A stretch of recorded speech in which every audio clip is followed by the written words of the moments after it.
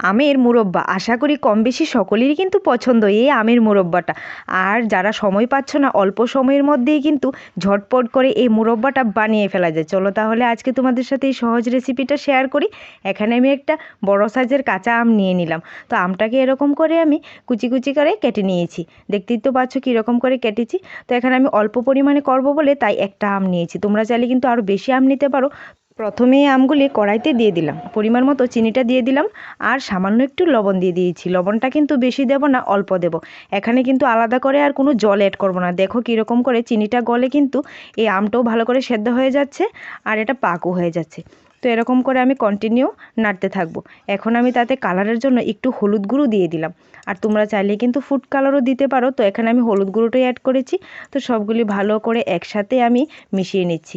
এখানে কিন্তু পাকটা হয়ে যাচ্ছে। দেখো এটা হয়েছে কি না আমি এখন বুঝতে পারছি যে এরকম করে শিরাটা হাতের মধ্যে নিলে কিন্তু একটা তারের মতো হলে বুঝতে হবে যে এটা হয়ে গেছে। তো আমি এখন নামিয়ে নেব। আর দেখো কতটা সুন্দর হয়েছিল দেখতে। আর এটা কিন্তু ফ্রিজে রাখলে প্রায় 6 মাসের মতো স্টোর করে রাখা যায় ঘরের মধ্যে। আর এটা ডালের সাথে খেতে এত টেস্টি লাগে, যদি একবার বানিয়ে খেয়ে দেখো তাহলে বলতে পারবে। তাহলে আজকেই বানিয়ে নাও এই মুরব্বাটা খুব সহজভাবে।